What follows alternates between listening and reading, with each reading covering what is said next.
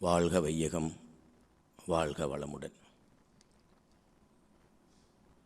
முதலில் உங்கள் அனைவருக்கும், இன்னும் சொல்லப்போனால் இந்த அறிவு திருக்கோயில் நானும் ஏதோ ஒரு வகையில் இதில் ஈடுபட்டவன் சார்பாக உங்கள் அனைவருக்கும் எனது நன்றியினை தெரிவித்துக் கொள்கிறேன். இங்கு வந்தவுடன் இங்கு பயிற்சி பெற்ற அத்தனை அன்பர்களையும் பார்த்தேன். கிட்டத்தட்ட 20 வயது முதல் 70 அல்லது 80 வயது வரை உள்ளவர்கள் பயிற்சி பெற்றுள்ளீர்கள். இதிலிருந்தே தெரிகிறது அருட்தந்தை வேதாத்ரி மகரிஷி அவர்கள் கண்ட கனவு நனவாகிக் கொண்டிருக்கிறது. அன்பர்களே, இந்த அறிவு திருக்கோயிலினுடைய எனக்கும் உள்ள தொடர்பு கிட்டத்தட்ட 1999ஆம் ஆண்டு முதலே ஏற்பட்டது. நான் வேதாத்ரி மகரிஷியை மிக அருகில் இருந்து பார்த்தவன், அவருடைய பேச்சை கேட்டவன், அவர் பேச்சை கேட்டு மயங்கியவன் கூட. சுமதி அவர்கள் சொல்லது போல,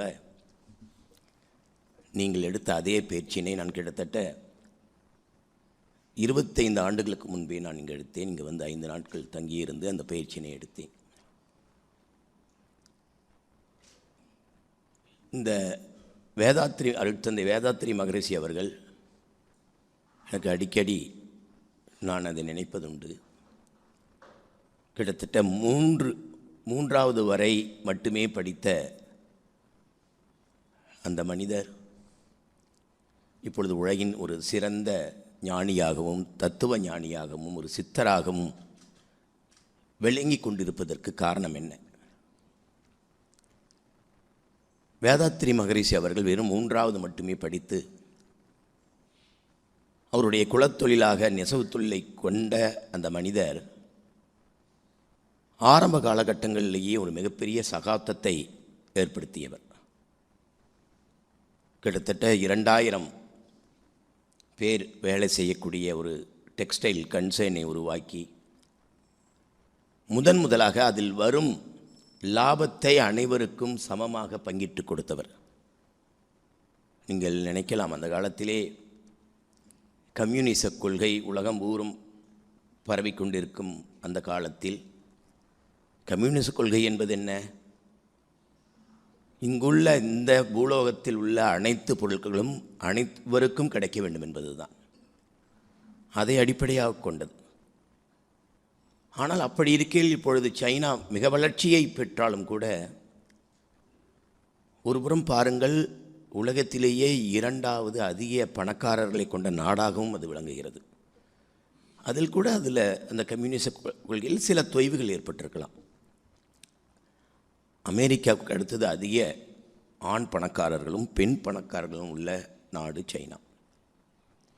ஆனால் நமது வேதாத்ரி மகரிஷி அவர்கள் 2000 ஒர்க்கர்ஸ் கொண்ட ஒரு டெக்ஸ்டைல் கன்சர்னை உருவாக்கி அதனுடைய லாபத்தில் சம பங்கு அனைவருக்கும் கிடைக்கும்படி செய்த அந்த மனிதரால், உங்களுக்கே தெரியும், ஒரு பிஸ்னஸில் அப்படி பண்ணுகிற பொழுது பல இடையூறுகள் ஏற்படும்.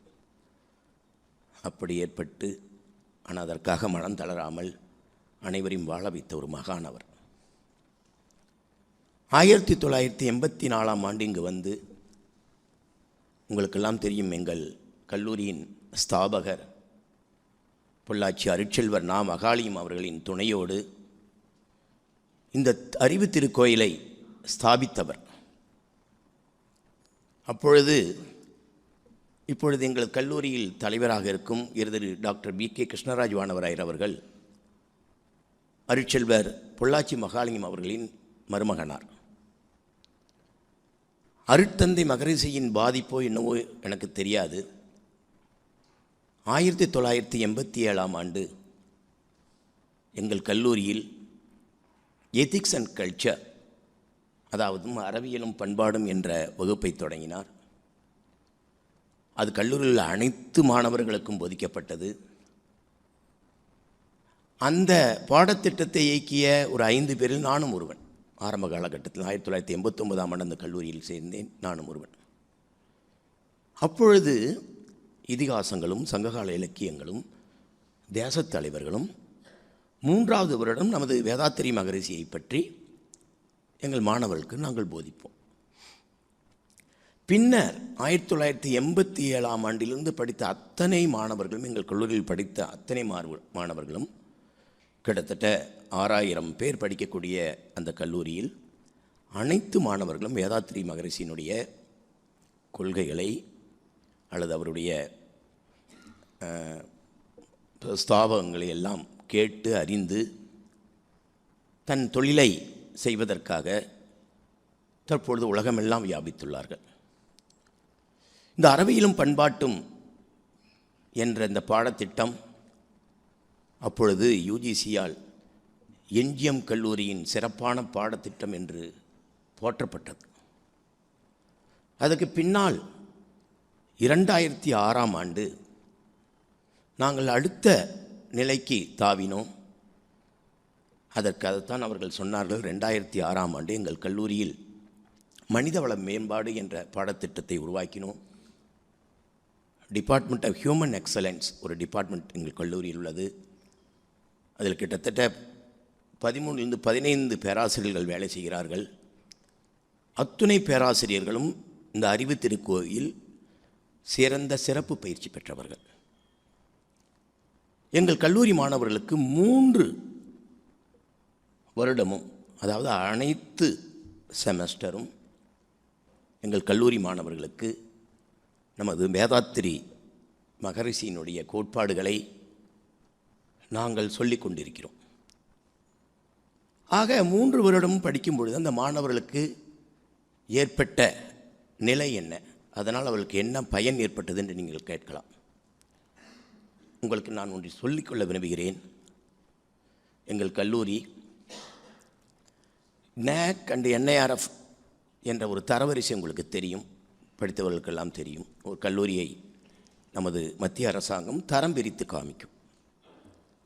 அப்படி பார்க்கையில் இந்த NAAC என்பது ஒரு அக்ரிடேஷன், ஒரு தரத்தை சொல்வது.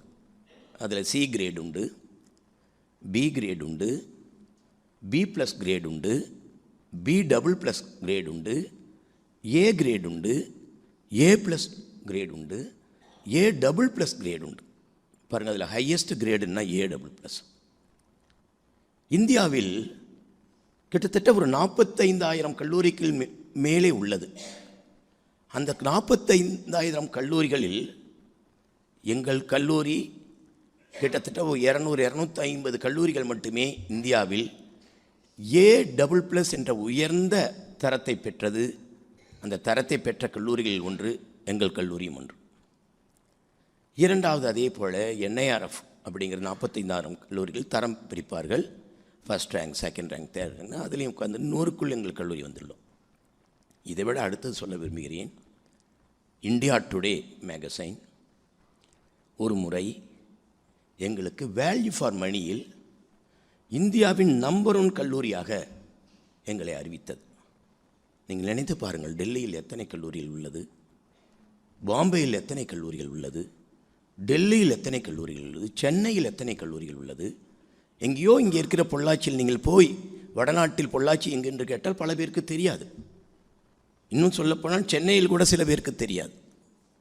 அப்படி இருக்கின்ற பட்சத்தில் எப்படி எங்கள் கல்லூரி வேல்யூ ஃபார் மணியில் நம்பர் 1 கல்லூரியாக இந்தியா டுடே இதனால் தேர்ந்தெடுக்கப்பட்டது என்று கேட்டால், வேல்யூ ஃபார் மணி என்றால் குறைந்த முதலீடு, நிறைந்த லாபம், குறைஞ்ச ஃபீஸ், டியூஷன் ஃபீஸ், நிறைஞ்ச பிளேஸ்மெண்ட்.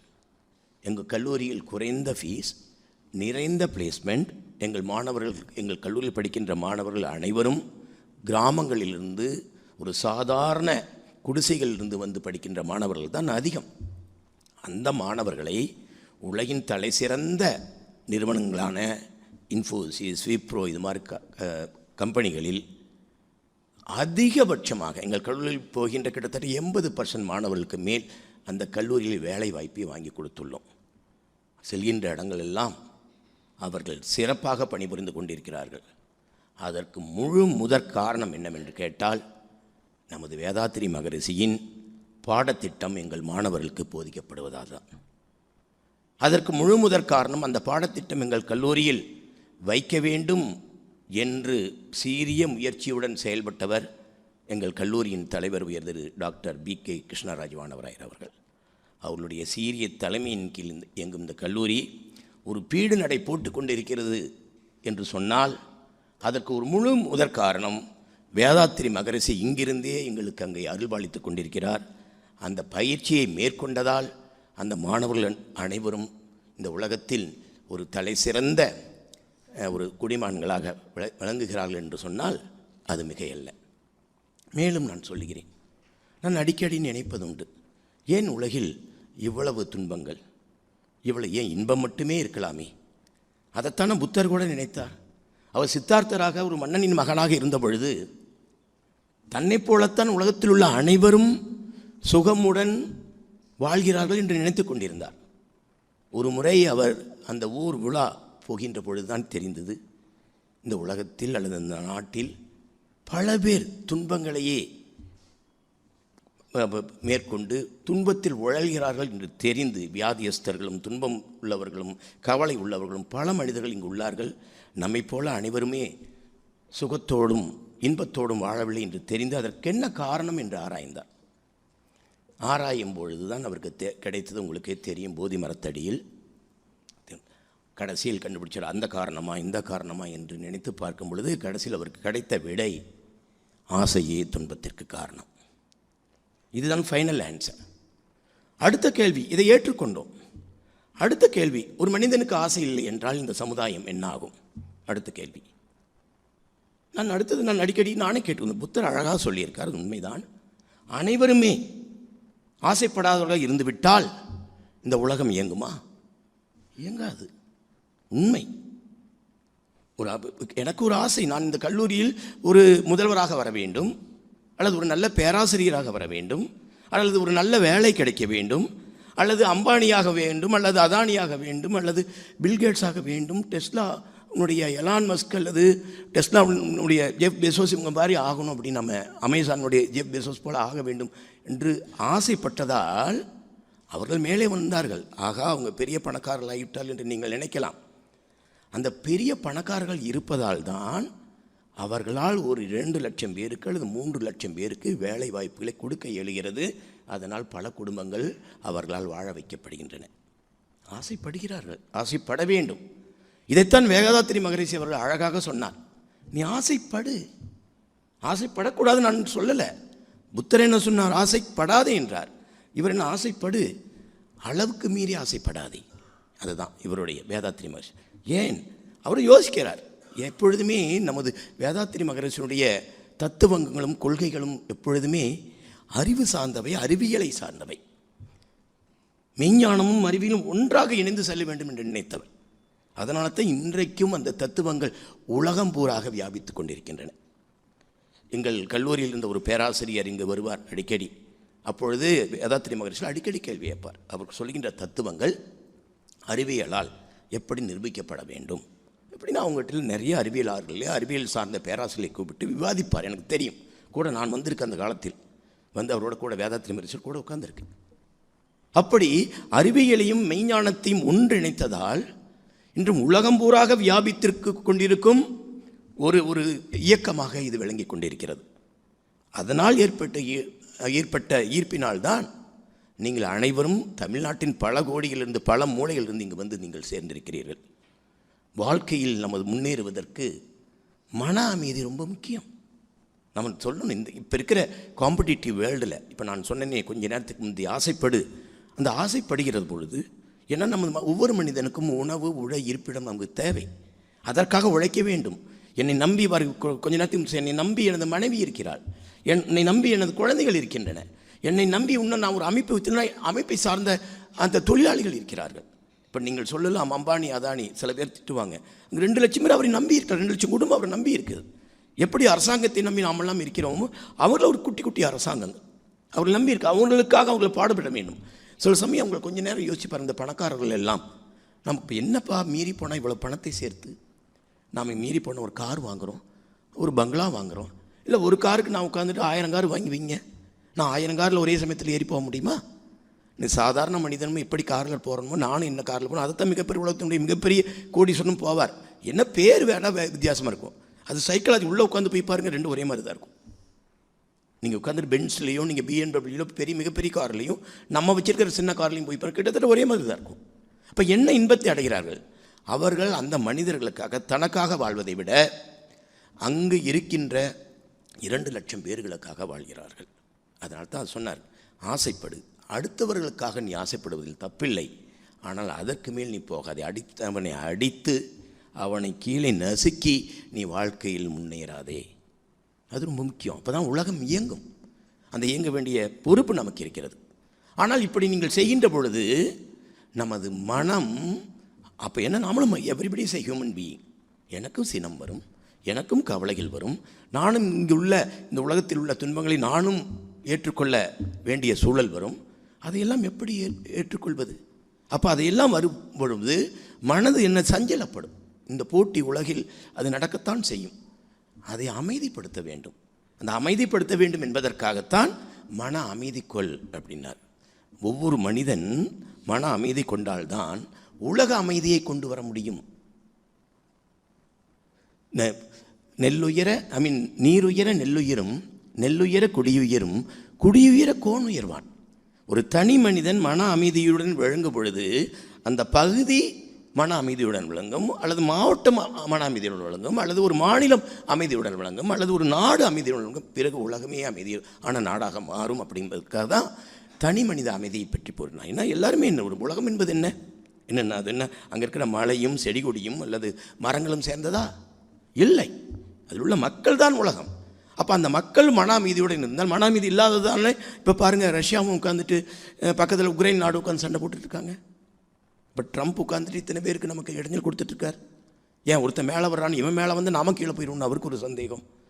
ஸோ இப்படி இருக்கின்ற இந்த உலகில் மன அமைதியுடன் வாழ்ந்து ஆசைப்படு, அளவுக்கு மீறி ஆசைப்படாமல் சினத்தை தவிர்த்து கவலையை தவிர்த்து மன அமைதியுடன் வாழும் பொழுது உனக்கு உடல் ஆரோக்கியமும் மன ஆரோக்கியமும் மேம்படும். உடல் போய் உடற்பயிற்சி செய்கிறேன், எனக்கு உடம்பு தான் மேம்படும், மனம் மேம்படுமா? மறுபடியும் நான் கோவப்படுறேன், மறுபடியும் நான் பல பேர்கிட்ட சண்டை போடுறேன், மற்றவங்க சொல்வதை நான் ஏற்றுக்கொள்ள மாட்டேங்கிறேன். ஏன்னா எனக்கு பிடிக்காது. ஏன்னா யாருமே அதை நினைக்கிறது இல்லை. எனக்கு ஒரு மூளை இருக்கிறது, அவருக்கு ஒரு மூளை இருக்கிறது. என் மூளை என்ன வேலை செய்கிறதோ அதுதான் அவரு நினைக்கிறேன். நான் இப்படி நினைக்க முடியும்?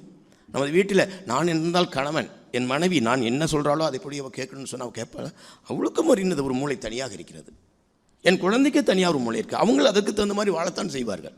நாம் சொல்வது ஓரளவுக்கு தான் ஏற்றுக்கொள்வார்கள். அப்படி நாம் சொல்கிறதை ஏற்றுக்கொள்ளாத பொழுது நாம் சினம் கொள்ளாமல் அவர்களும் மனிதர்கள் தான் என்று ஏற்று நாம் வாழும் பொழுது தான் நமக்கு மனம் அமைதி மட்டும் இல்லை, நாமளே என்ன மற்றவர்களால் கடவுளாக போற்றப்படுவோம். அப்படி கடவுளாக போற்றப்பட்ட இந்த வேதாத்திரி மகரிஷி அவர்கள் தனக்காக வாழாமல் இந்த உலகத்திற்காக, இந்த உலக மக்களுக்காக வாழ்ந்து இந்த உலகம் அமைதியுடன் விளங்க வேண்டும் என்பதற்காக வாழ்ந்து வந்த இந்த மகான் இவ்வளவு இருக்கின்ற இந்த இடத்தில், வாழ்ந்த இந்த இடத்தில் நீங்கள் எல்லாம் இங்கு வந்து இந்த சிறந்த பயிற்சியினை மேற்கொண்டு செல்கிறீர்கள். சென்று விட்டு இதை மறந்துவிடக்கூடாது. நீங்கள் மறந்துவிடக்கூடாது. டெய்லி இந்த பயிற்சியை மேற்கொள்ளுங்கள். அழகாக சொன்னார், எனது மனைவி கோவப்படும், இப்போ கோவமே படுறதில்லைன்னு சொல்கிறார். எவ்வளோ பெரிய டிரான்ஸ்ஃபர்மேஷன். நம்ம உலகத்தில் பல பேர் இப்போ வெளியில் போய் கோவப்பட்டுக்கலாம். குடும்பத்துக்குள்ளே கோவப்பட்டுருந்துன்னு வைங்க, மன அமைதி இருக்குமா? நம்ம உட்காந்து நிம்மதியாக வாழ முடியுமா? 24 மணி நேரம் எனது மனைவியும் குழந்தைகளை தானே பார்த்துட்ருக்கேன். அந்த அமைதியை கொண்டு வாருங்கள். உங்கள் வீட்டிலேயே உட்காந்து உங்கள் கணவரோ அல்லது உங்கள் மனைவியோ உங்கள் குழந்தைகளோ உங்களோட எப்போ பார்த்தாலும் சண்டை போட்டு தான் இங்கே கூட்டிகிட்டு வாங்க, பயிற்சி எடுக்க சொல்லுங்கள். பயிற்சி எடுக்கும் பொழுது நீங்கள் ஆட்டோமேட்டிக்காக என்னது, உங்கள் குடும்பம் மன அமைதியாக இருக்கும். ஒவ்வொரு குடும்பமும் மன அமைதியாக தேழும் பொழுது உலக அமைதி ஏற்படும். அதுதான் வேதாத்திரி மகரிஷி அவர்கள் தந்தை வேதாத்திரி மகரிஷி நாம் செலுத்துகின்ற காணிக்கை என்று சொல்லிக்கொண்டு எனக்கு வாய்ப்பளித்த சீதாலட்சுமி அவர்களுக்கும் மற்றவர்களுக்கும் எனது நன்றிகளை தெரிவித்துக் கொண்டு விடைபெறுகிறேன். நன்றி, வணக்கம்.